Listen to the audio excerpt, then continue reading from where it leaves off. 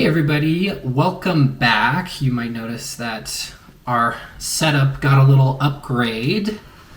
We also have some stuff that you can't see behind the scenes that is more for us in editing and things, so it's going to be pretty awesome. The mics were courtesy of our good friend Josh from the Dad Challenge podcast. He's amazing. He's helping us get off the ground, and a lot of you probably came from his channel, so it has Thank you, if so. It has been a blessing to have you here, getting more of us, even though we're already giving you like an hour a week already on his channel. So we're very grateful for all of you.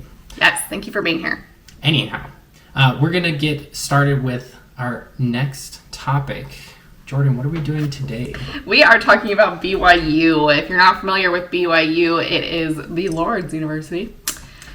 God's school. It is the organization, the church, the school. It's owned by the Church of Jesus Christ of Latter-day Saints, the Mormon Church. And so he attended BYU, Idaho. Idaho, yeah. There are three different BYUs. There's Hawaii, Idaho, and then Provo here in Utah. And what else was I going to say about BYU? Other than it's extremely problematic. It is what it is, yeah. And we're going to go over one of the reasons why it's problematic. And we'll end up talking a little more in depth about BYU culture when we talk with Josh on the Dad Challenge podcast. But we just wanted to share a couple funny, kind of goofy, silly situations. Silly? I don't know. Stupid situations. Stupid's a better word. And these surround the church education system honor code, and that applies to every church school. So you have BYU Idaho, BYU Hawaii, and formerly known as LDS Business College, currently known as Ensign University, and I think there's one out on the East Coast as well that abides by the CES honor code. So let's take a quick look. A big overview of what the honor code is. So when you attend the BYU, when you get accepted, you agree to abide by the honor code. Don't you have to sign something? You agree by performing an ecclesiastical endorsement interview with your local ecclesiastical leaders. That would be a member of the bishopric, who is your local faith leader, or however you want to call him. And then above him, a member of the stake presidency. So you have to pass this ecclesiastical endorsement interview with both of those faith leaders in order to be able to be accepted into BYU Idaho, etc. Just give a vague overview of what those questions It's just basically asking you if you are willing to abide by the honor code. That's how it went for my most recent one. I don't think they make a big deal about it because they just want people going to church schools. So unless you're obviously in a big way in opposition, living in opposition to the BYU honor code, then I don't think they really are too scrutinizing. Yeah. Okay, so let's take a look. I'm reading this to you straight off of the BYU website, so you could find this yourself. So they break down the honor code into a few bullets, essentially. So the first one is be honest. Second one is live a chaste and virtuous life, including abstaining from any sexual relations outside a marriage between a man and a woman. Notice how they stipulate a marriage between a man and a woman. Yes. Respect others, including the avoidance of profane and vulgar language. So can you swear at BYU? No. Obey the law and follow campus policies. That's kind of a given. Abstain from alcoholic beverages, tobacco, tea, coffee, vaping, and substance abuse. Participate regularly in church services. This is required only of church members. So if you're not a church member, you can still attend BYU, but you still have to agree to live by the honor code. Yes. And then observe Brigham Young University's dress and grooming standards, which we'll get into in a minute. And encourage others in their commitment to comply with the honor code. Now, why is that last bullet so important? So that one is very important because there is what they call the Student Honor Office, who is in charge of overseeing violations of the honor code. This is also really silly because one of the main things that they base like one of the ideas that they base the honor code office is that you teach, and this is a quote from Joseph Smith, you teach proper principles and they govern themselves. Well, governing themselves involves tattling on each other and making sure that nobody else is skirting the rules while you're living to the rules with exactness. So one of those things is dress and grooming standards. And we have the men and women's specific grooming standards and dressing standards right here. A clean and well cared for appearance should be maintained. Clothing is inappropriate when it is sleeveless, revealing, or form-fitting. This is for men, by the way. Yes. Shorts must be knee length or longer. Hairstyles should be clean and neat, avoiding extreme hairstyles or colors, and trimmed above the collar, leaving the ear uncovered.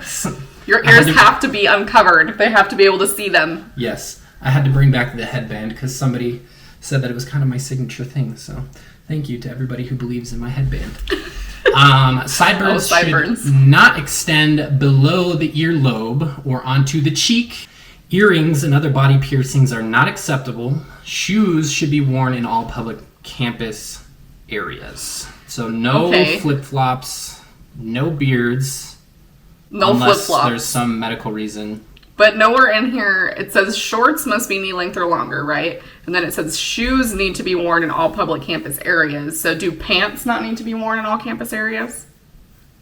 Moving on to women, a clean and well cared for appearance should be maintained.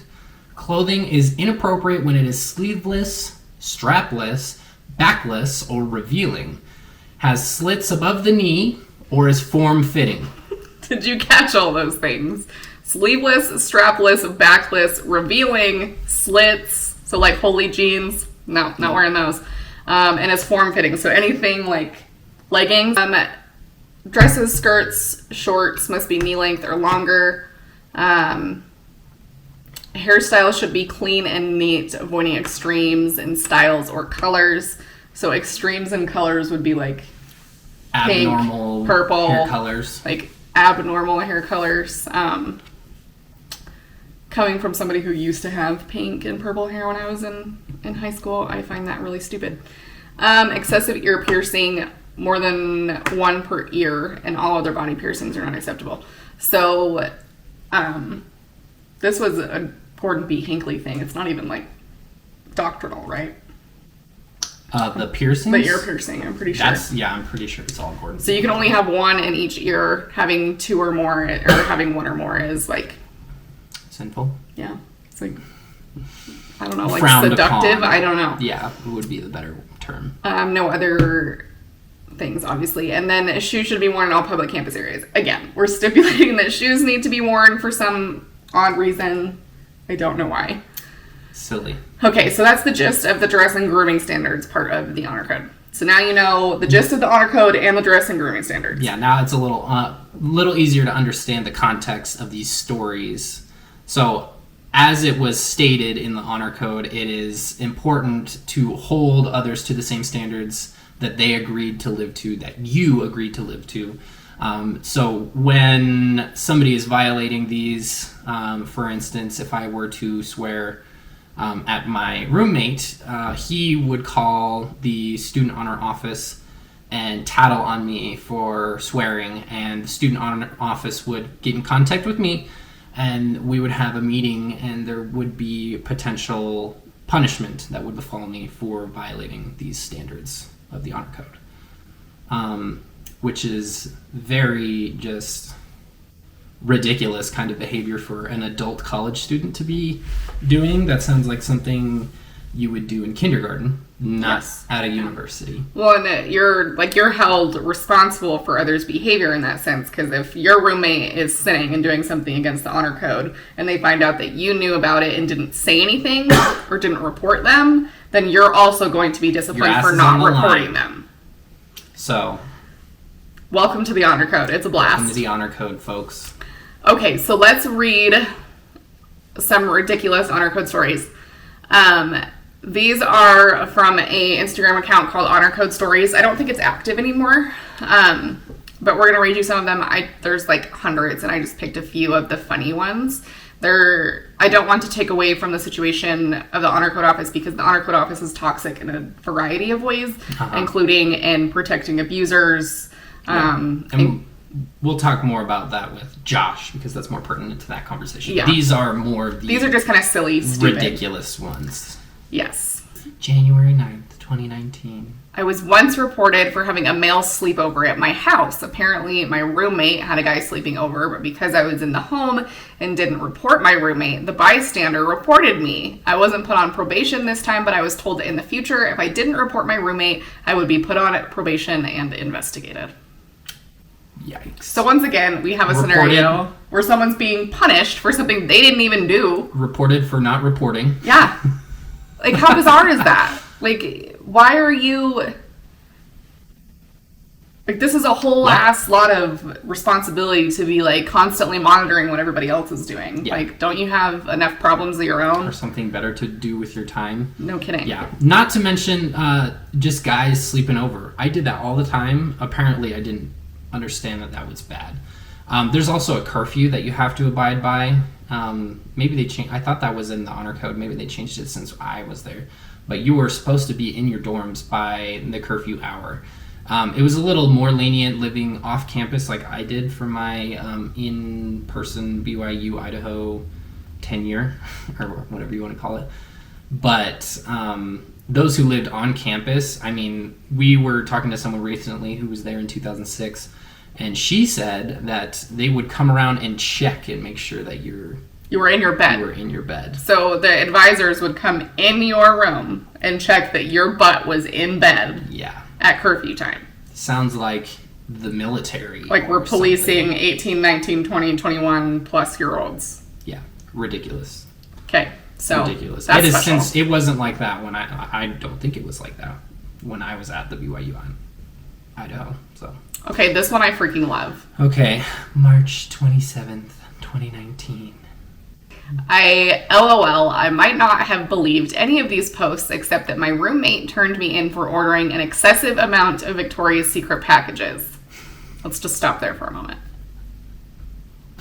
Let's just stop there for a moment, because we know Victoria's Secret has things other than underwear, right? Do you know that? What? Because I'm informing you of that. They have just, regular clothes. So she could have been turned in for buying a especially considering I had a serious boyfriend who I had not made committal vows to. And the Honor Code Office actually called me in to talk about this. You just can't make these stories up. You can't, because they're freaking crazy. I'm ordering packages and my roommate notices they're from Victoria's Secret, and oh Lord. I gotta call the Honor Code Office for packages. For things that couldn't even... Yeah, they don't even know what's in the packages. They don't. Maybe it's from her mom. Her mom was ordering Victoria's Secret and repurposed the packaging. This is what we're doing. This is what we're spending our time on. Yeah. Not, getting an education, which that is another story in and of itself. I do not think that the education that you can get at BYU Idaho is very good. BYU Provo may be a different story, but honestly... if their education is anything like their football, yikes. Anyhow, so the next one, I would just like to say that the University of Utah has beaten BYU 8 years in a row. This year it will be 9. So he's not married to an alum or anything. No. April 3rd, 2019. My roommate turned me in for letting a boy use the bathroom in my apartment. I had to meet with the Honor Code Office, and when asked if the allegations were true, of course I said yes. Because she let a person use her bathroom. They're treating these people like common criminals. And there was this kind of idea, when I was there even, of the chastity line, where the tile of the kitchen met the carpet of the hallway to the bedrooms. That was the line you didn't cross in the other gender's dorm rooms. So pretty goofy, yeah. And that was a thing. There were people would ask hey, can I go back and use your bathroom? And they would make sure that nobody was back there or whatever. It's dumb. It's way dumb. That, like, letting someone pee in your apartment. Are you going to go in there and watch? Like, what are... Oh, my God. This is, like, insane. Letting people use your bathroom leads to soaking. Is that what happens? So... Okay. And we talked about soaking with Josh from the Dad Challenge podcast, so definitely go watch that video. If you're not familiar with it, it's also on Urban Dictionary. Just... Depending on the reaction to the video, we might end up explaining soaking at a later date. Probably. I hope not. We've talked about soaking far too much. Okay. Okay, next one. April 4th, 2019. I decided to go to BYU because I had completely turned my life around and I wanted to be around more LDS people like me. My first semester, my roommate turned me into the honor code office because I drank chamomile tea to help me sleep, and they didn't like the immodest pajamas I wore at night. The honor code sentenced me to 20 hours of service, and my bishop made me mail all of my immodest clothes home because I disrupted the spiritual growth of my roommates. I couldn't take the sacrament until I proved that I did what he asked. Yikes. Okay, let's break this one down. 1, chamomile tea.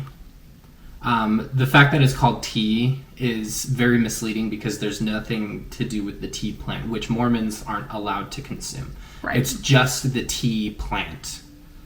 Herbal tea, like chamomile tea, is okay. Perfectly fine to drink, except it has this connotation that it is tea, which it does not. It is prepared the same way that tea beverages are prepared, but it is not. But herbal tea is okay.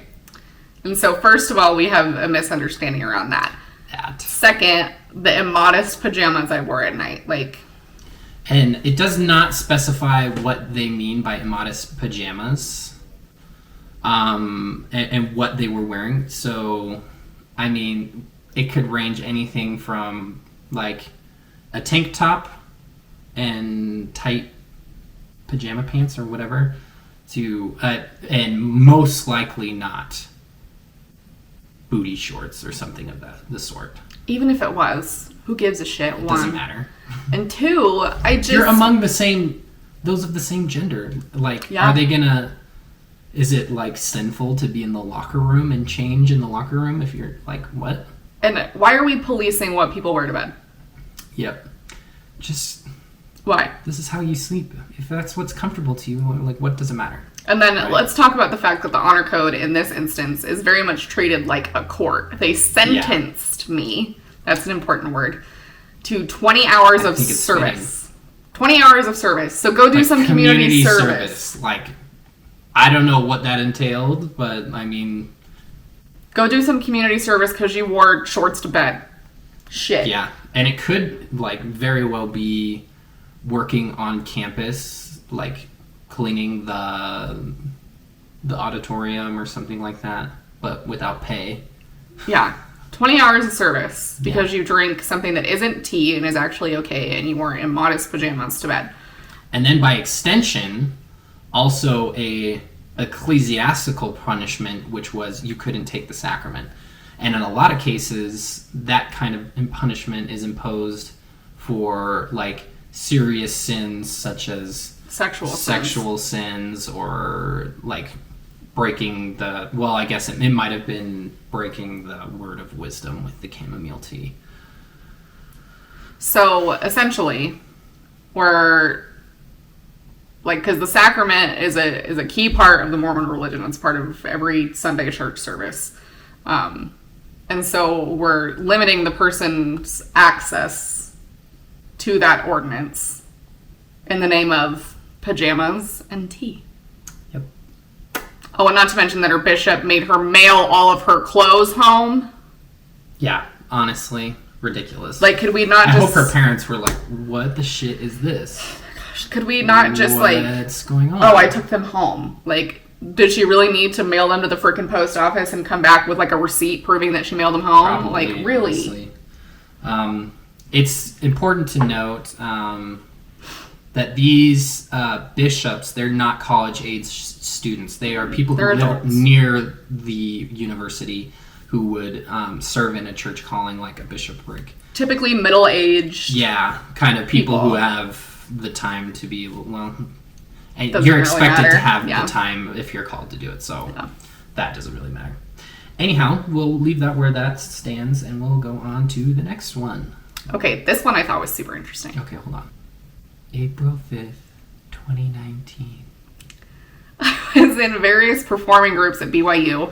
They're very competitive and the audition processes are cutthroat. On more than one occasion, there were bogus accusations to deliberately prevent others from taking a spot on a team. Some were successful and spots opened up when students were kicked out. A few students I knew did not make the team and were bitter. They turned in other students for violations and made false accusations, from law of chastity to running a drug dealing business. Damn. So now That's a lot to take in. We're just using the system to our advantage at this point. And here's the thing about honor code office violations is every single one of them, to my knowledge, is investigated. And in 90% of the cases that you see on like the Honor Code Stories Instagram page, 90% of them is, even if the accusation was false, they're still punished for it. Yeah. It's to err on the side of... We're assuming they sinned. Yeah. So they need to be punished. And so that's just... ridiculous, honestly. And so people are losing academic and extracurricular opportunities that they were probably very well prepared and intended for, because other students have a grudge. And the Honor Code Office allows this to happen. Yeah, so that's just not fair. Okay. This is the kind of culture that this student honor office, student honor code perpetuates. So that's amazing. Okay, so these next couple... this is the last one. This one is from BYU Idaho Honor Code Stories. This comes April 6th, 2019. I got into serious trouble and had to repent and visit the Honor Code Office for therapy and repentance process updates and write a formal apology to the school and the anonymous person who reported me because someone reported something I was tagged in on Facebook. Literally no point in that. They were talking about taking my temple recommend because of it and called my bishop. I was obviously never able to confide in any BYUI bishops after that. Wait, so they were tagged in something on Facebook, like a meme or something, and they had to repent over it? Mm-hmm. See, that wasn't even clear to me when reading that. Like, that is... repentance process ridiculous. Updates. So they typically call you in, depending on the violation. They call you in multiple times. And especially, and we'll talk about this more in our video with Josh in the upcoming week, but you have to, like, even if the sin is sexual in nature, you have to recant that whole experience in excruciating detail to the counselor at the Honor Code Office. And so you're not just going to go in and say, like, oh, me and my boyfriend, we crossed the line. You're going to, like, go into excruciating detail about what you and your boyfriend did. Them the sins, and you have to write it all down. And they keep it. So this is the perfect example of... permanent record. Like, repentance process updates for somebody tagging him in something on Facebook. How much time do these people have? Literally, and they're paid to do this, by the way. Yes, so these are paid positions. Basically, they're the BYU secret police. Just, they've got their feelers out for everything. Well, and there's students that work in the Honor Code Office. And so typically when you get contacted for a violation, it's by one of your fellow students. Yeah. Kind of like a work-study situation. Yeah, I don't know Can if you they get paid or imagine? Oh, The students? maybe they don't. I don't know if it's a volunteer thing or if they get paid, but... That would be, honestly, so terrible if they aren't. Like, I would require financial compensation for doing a job that shitty, and, like, honestly, how could you... So you just have... This just, like, it just perpetuates the trolls, right? It just perpetuates the people at BYU who are pharisaical, essentially, and want to report anyone and everyone for doing anything outside the letter of the law. But here's the kicker, and it's important to remember this part. What do they get in return for reporting these people? Nothing. Absolutely nothing. Other than the feeling of superiority and feeling like they're making a difference in absolutely nothing. So not only is it insidious, it's also pointless. It has nothing to do with you. If you didn't report these people, nothing would happen to you. You would go on your merry way, they would go on their merry way. Unless it's like a roommate, and then they're doing something and they can get you in trouble for not. But I'm talking if you didn't have that kind of dynamic, then nothing would happen. Like, there are other universities in all across the globe that don't have this kind of thing going on, and they're learning just fine, and in a lot of cases they're better off. This is not students at BYU necessary. This is not, like, we're talking about 18-plus-year-old people who are just beginning usually the navigation of college life and being away from their parents, and experiencing college and classes and all of those things for the first time. And so there's already a lot of pressure and anxiety there. Well, and in a lot of cases, it's like the first time that they've left home. Since they changed the admission age down to 18 for boys, it's not in a lot of cases. Yeah. But for women, it's still 19 years old for you to be able to go on a mission. So a lot of them will go and do a year at college first, and then, or even decide later after they're 19 to go on their mission. Well, and it's problematic because not only it invades the academic culture. Like, McKay had a professor last semester who was like, I don't care about your hair, and I won't say anything about it, but you might have other professors who won't let you turn in work until that goes away. Yeah. Probably because she was a California lib or whatever. Don't out her. Yeah. Okay. That wouldn't be able to out her. So. Okay. Anyhow. But yeah, so not only are we like talking about social repercussions and things, but we're invading academics. Like, McKay's hairstyle has no bearing on how he performs. Yeah. I mean, last semester I had a 3.8 GPA. The semester before I had a 4.0. So I don't think his hair has anything to do with it. Yeah, I think I'm doing okay with the long hair. And I don't think, like, leggings are not allowed on campus. You can get in trouble for wearing leggings, which is, like, that would just... Yeah. I couldn't go there just based on that information alone. They do have a gym, and in order to go to the gym, you have to wear their approved BYU clothing. Another way to make you pay more. And if you are wearing the shorts and shirt that is prescribed, that's the only time you can wear on campus. And if you are going to I had a friend one time, he was walking to the gym in his shorts. The president of the university was passing by, and he said, if you're wearing shorts on campus, even the approved shorts, you need to wear joggers over them when you're going to and from the gym if you're going to walk all the way across campus. Because God forbid we see your knees or your thighs or your ankles. Like... that is a Pharisee, if I've ever heard. This guy is now a general authority of the church. His name is Kim B. Clark, honestly. The guy sucks. It's a stance that's just not... What are we accomplishing by doing this? What is this doing besides creating a hostile academic and social climate at this university? And not to mention, honor code violations can include probation, suspension, expulsion. There are even people who have told stories on these pages of not being able to get their degrees after they've graduated because BYU does a bunch of like nonsense to try to prevent them from being able to obtain that degree. Yeah, until that transcript. Oblige with their demands. Yeah. And so this is the kind of toxicity that is just festering at BYU. It's bad. It's stupid. It's pointless. It's just another way to indoctrinate people and keep them in the boat, as Mr. M. Russell Ballard would say. And mind you, BYU is very appealing to a lot of Mormon people because their tuition is subsidized and substantially reduced, like versus the average college tuition. And so it is much, much cheaper to go to BYU than it is to go to another in-state university.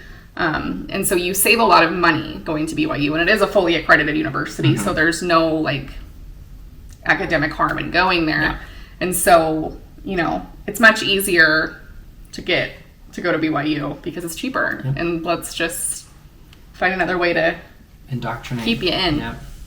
So those are the little stories that we wanted to share with you. Now you are aware of some of the foolishness that goes on because of the BYU honor codes. We will link the Instagram accounts that we read Yeah. from in the description, so you can go read some of them yourself. Yeah.